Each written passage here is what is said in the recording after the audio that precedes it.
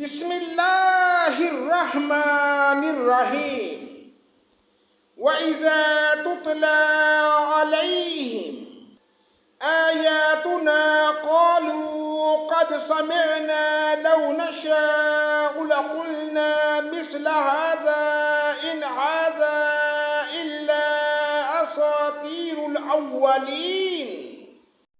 اللہ کے نام سے شروع جو بڑا مہربان نہایت رحم کرنے والا ہے۔ اور جب ان کے سامنے ہماری آیتیں پڑھی جاتی ہیں تو کہتے ہیں کہ ہم نے سن لیا، اگر ہم چاہیں تو اس کے برابر ہم بھی کہہ دیں، یہ تو کچھ بھی نہیں، صرف بے سند باتیں ہیں جو پہلوں سے منقول چلی آ رہی ہیں۔ وَإِذْ قَالُوا اللَّهُمَّ إِنْ كَانَ هَذَا هُوَ الْحَقَّ مِنْ عِنْدِكَ فَأَمْطِرْ عَلَيْنَا حِجَارَةً مِنَ السَّمَاءِ أَوْ ائْتِنَا بِعَذَابٍ عَلِيمٍ۔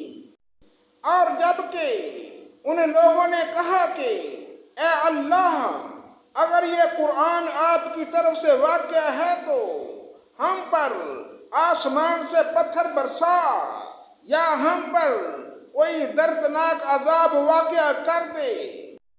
وَمَا كَانَ اللَّهُ لِيُعَذِّبَهُمْ وَأَنْتَ فِيهِمْ وَمَا كَانَ اللَّهُ مُعَذِّبَهُمْ وَهُمْ يَسْتَغْفِرُونَ۔ اور اللہ تعالیٰ ایسا نہ کرے گا کہ ان میں آپ کے ہوتے ہوئے ان کو عذاب دے، اور اللہ ان کو عذاب نہ دے گا اس حالت میں کہ وہ استغفار بھی کرتے ہوں۔ وَمَا لَهُمْ أَلَّا يُعَذِّبَهُمُ اللَّهُ وَهُمْ يَصُدُّونَ عَنِ الْمَسْجِدِ الْحَرَامِ وَمَا كَانُوا أَوْلِيَاءَهُ إِنْ أَوْلِيَاؤُهُ إِلَّا الْمُتَّقُونَ وَلَكِنَّ أَكْثَرَهُمْ لَا يَعْلَمُونَ۔ اور ان میں کیا بات ہے کہ ان کو اللہ تعالیٰ سزا نہ دے، حالانکہ وہ لوگ مسجد حرام سے روکتے ہیں، جبکہ وہ لوگ اس مسجد کے متولی نہیں، اس کے متولی تو سوائے متقیوں کے اور اشخاص نہیں، لیکن ان میں اکثر لوگ علم نہیں رکھتے۔ وَمَا كَانَ صَلَاتُهُمْ عِندَ الْبَيْتِ إِلَّا مُكَاءً وَتَصْدِيَةً فَذُوقُوا الْعَذَابَ بِمَا كُنْتُمْ تَكْفُرُونَ۔ اور ان کی نماز کعبہ کے پاس صرف یہ تھی، سیٹیاں بجانا اور تالیاں بجانا، سو اپنے کفر کے سبب اس عذاب کا مزہ چکھو۔ إِنَّ الَّذِينَ كَفَرُوا يُنْفِقُونَ أَمْوَالَهُمْ لِيَصُدُّوا عَنْ سَبِيلِ اللَّهِ فَسَيُنْفِقُونَهَا ثُمَّ تَكُونُ عَلَيْهِمْ حَسْرَةً ثُمَّ يُغْلَبُونَ وَالَّذِينَ كَفَرُوا إِلَى جَهَنَّمَ يُحْشَرُونَ۔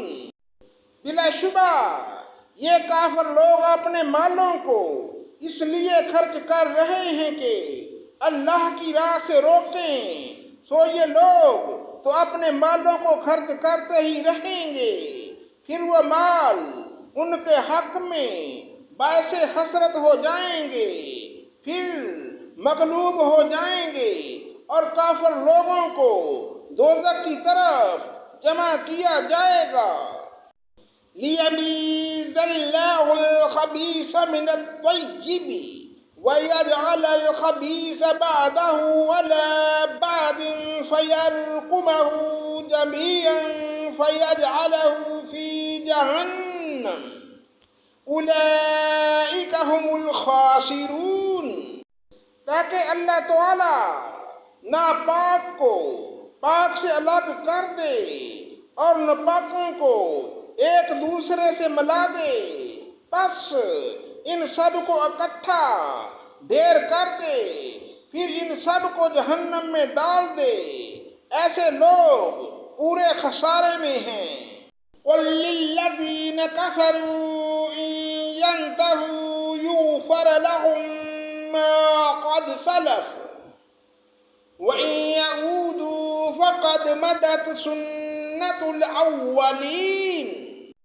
آپ ان کافروں سے کہہ دیجئے کہ اگر یہ لوگ باز آ جائیں تو ان کے سارے گناہ جو پہلے ہو چکے ہیں سب معاف کر دیے جائیں گے، اور اگر اپنی وہی عادت رکھیں گے تو کفار سابقین کے حق میں قانون نافذ ہو چکا ہے۔ وَقَاتِلُوهُمْ حَتَّى لَا تَكُونَ فِتْنَةٌ وَيَكُونَ الدِّينُ كُلُّهُ لِلَّهِ فَإِنِ انْتَهَوْا فَإِنَّ اللَّهَ بِمَا يَعْمَلُونَ بَصِيرٌ۔ اور تم ان سے اس حد تک لڑو کہ ان میں فساد عقیدہ نہ رہے اور دین اللہ کا ہی ہو جائے، پھر اگر باز آ جائیں تو اللہ تعالی ان کے اعمال کو خوب دیکھتا ہے۔ وَإِن تَوَلَّوْا فَاعْلَمُوا أَنَّ اللَّهَ مَوْلَاكُمْ نِعْمَ الْمَوْلَى وَنِعْمَ النَّصِيرُ۔ اور اگر روگردانی کریں تو یقین رکھیں کہ اللہ تعالی تمہارا کارساز ہے، وہ بہت اچھا کارساز ہے اور بہت اچھا مددگار۔ صدق اللہ مولانا العظیم۔